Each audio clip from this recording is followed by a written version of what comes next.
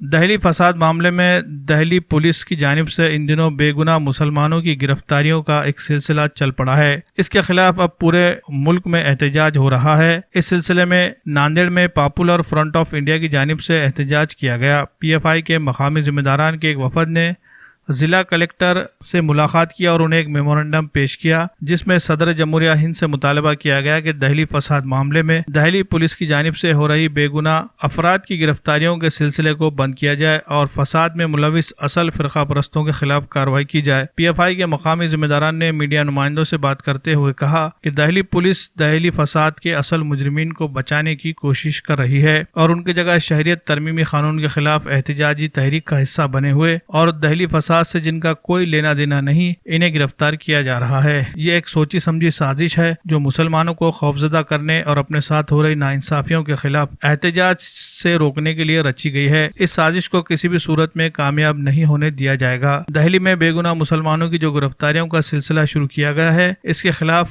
احتجاج کے ذریعے ہم اپنی بات صدر جمہوریہ ہند کے سامنے رکھنا چاہتے ہیں۔ صدر جمہوریہ ہند سے مطالبہ ہے کہ وہ اس ناانصافی کو ختم کرنے کے لیے آگے آئیں اور دہلی پولیس کو ہدایت دے کہ بے گناہ افراد کی گرفتاریوں کا سلسلہ بند کیا جائے۔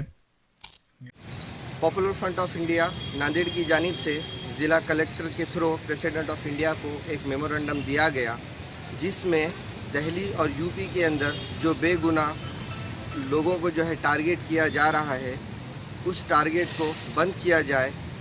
یہ مطالبہ آج ہم لوگ نے ناندیڑ ضلع کلکٹر صاحب کو ایک میمورنڈم دے کر اس چیز کا مطالبہ کیا۔